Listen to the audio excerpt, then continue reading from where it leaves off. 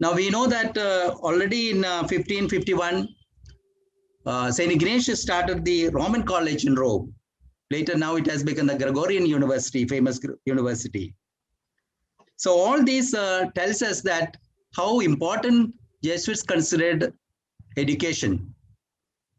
And higher education has been the hallmark of Jesuits. Of course, the Jesuits are known as the schoolmasters of Europe. And in India, when they came, most of the institutions are schools. We have already 400 Jesuit schools in India, and about 61 higher education institutions. St. Joseph's Trichy being the first one in 1844 in Nagpattanam. Now, the Jesuits' characteristic of education has been explained in different parts, and Father Francis has very well established that. It started with the Ratio Studiorum. It's known as the Magna Carta of the Jesuit education. It was made in 1591. Later, it was revised in 1832 and 1910. That was the first Jesuit document of the policy of education. In terms of ideals, objectives, and methods, it was very well explained by Father Francis. The second aspect of history comes of the education is a characteristic of education, which was promulgated in 1986 by Father Kolvenbach, our Father General of the Happy Memory. He has also later in actually the 9th chapter, Father Francis has quoted the entire speech of Father Kolvenbach is given. It was given in Boston College in 1989 for the convention of the Jesuit universities in America, United States and Canada. Now the integral pedagogical paradigm was explained number of places in this book. It was started in 1993, that 5 different stages Dr. Caroline has very well explained. Then also we have Father Francis has quoted the Heroic Leadership, the book.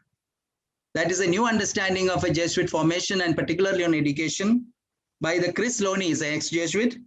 It was published in 2003. I know that Father Francis likes that book so much. He has quoted at least more than 7 articles, the same material.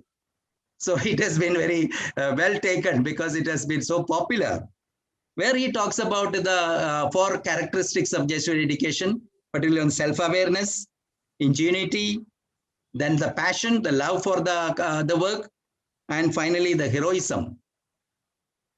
And Dr. Marx has already explained the Jesuit experience in Latin America, South America, the Jesuit reductions. It is important to know that before Karl Marx has written his Das Kapital, explaining the objectives of socialism and communism, Jesuits have practiced in Latin America, the communes. Of course, you can find in the Bible, the Acts of the Apostles, chapter 2 and 4, particularly explaining how people have lived in common. They shared everything they had in common.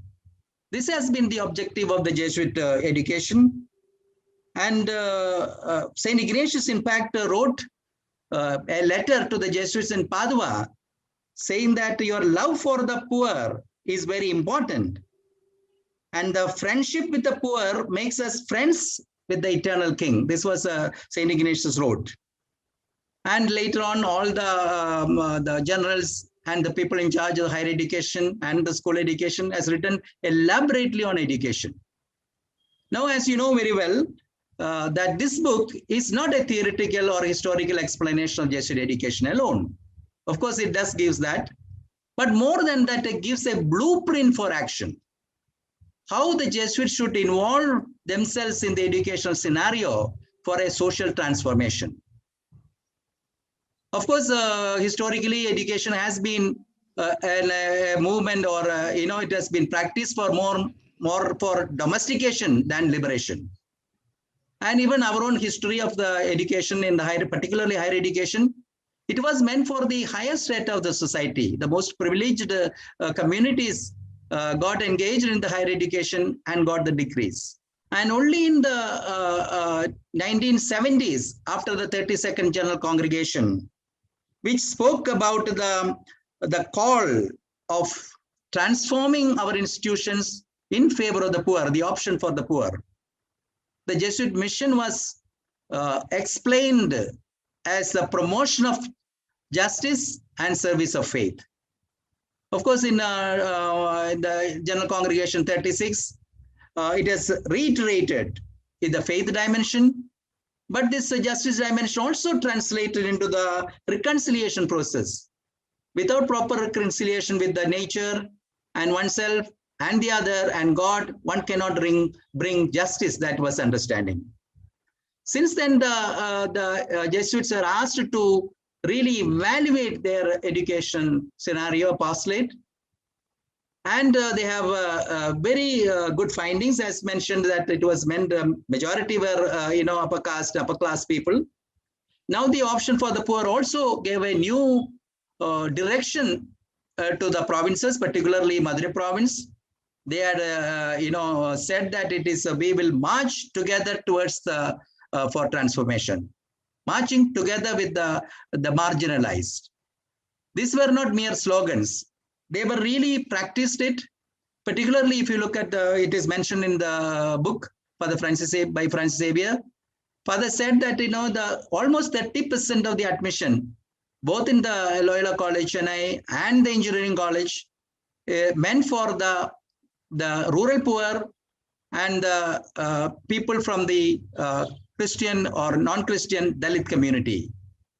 It is a very radical step the Jesuits have taken here, and similar steps were taken elsewhere. In Patna, they are moved into the vernacular medium and Hindi medium schools. They have taken a very massive approach to upgrade the Chamas, the Dalits there.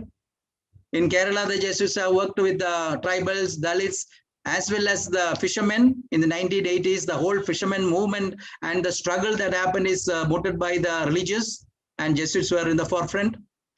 And this history also tells us that Jesuits are thinking aloud and creatively and critically in terms of its apostolate, and move forward with a new dimension, which helps the new generation of people, of Dalits and tribals and fishermen and rural poor, come into the higher education sector and transform themselves. Of course, I have practically concentrated on the 3rd and 4th chapter because it talks about the transformation part of it, learning together for transformation, and also the beneficiaries, where he gives a real reality and the challenges, the abject poverty that we experience, the injustice in the country, discrimination, and the suppression and the violence, etc., is very well explained. And he also presented us our response. What should be our response? One, he spoke from the point of view of spiritual exercises, which all of the Jesuits go through in their life a couple of times, and to reflect on the presence of the crucified Christ. It is mentioned in the GC, General Congregation 35, the identity of the Jesuit is to know who he is. A Jesuit who knows who he is by looking at the Jesus on the cross, the crucified Jesus, and asking the question, who am I? What am I doing for Christ?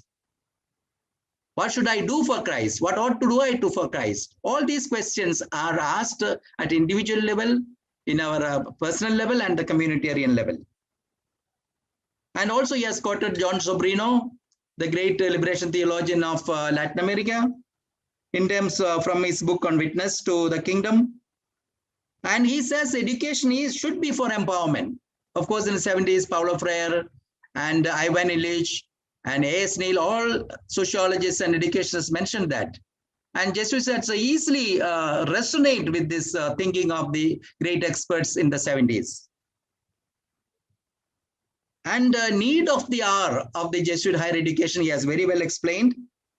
That is, first of all, taking the education to the poor, collaborating to the education and to create global, virtual, immersive learning and environmental changes, promoting human dignity and gender equality in our institutions, designing and what are the viable solutions. It's not only for ourselves, it even to the given to the general public. Then third area that he has mentioned that we should have some financial support, scholarship for the poor people, because they will not be able to afford the high standard and high fees of some of our institutions. Therefore, we need to have something. Therefore, we need to set apart at least 10% of surplus every year for this scholarship type of programs. And fourthly, he spoke about, he has written about the immersion program. Every institute of higher education should adopt a learning center at the margins, maybe at the villages, and exposure programs to be conducted for both teachers and students, so that the IPP model of experience, reflection, action experience, and evaluation can take place in a concrete setting. Then finally, he also spoke about we must start advocacy. We should not stay ourselves within the four walls of the campus, but set outside in terms of linkages with people, to welcome others, the NGOs, the other research centers, social centers, to protect and to promote and integrate men and women of the margins. These are the suggestions that he has earned, and he also has mentioned a number of success stories, which Dr. Caroline has already mentioned. And the challenges is basically every Jesuit institution should verbalize its vision statement in favor of the people. People like marching with the marginalized, working with the poor, special concern for them, and particular care for the young people. All these could be part of incorporated from the universal apostolic preferences of the Jesuits promulgated last year. Then we need to have innovative teaching methodologies, and particularly on the research orientation. That's where the Jesuit education should be. And I want to congratulate Father Francis Xavier for bringing out this, collating all his articles into this one book.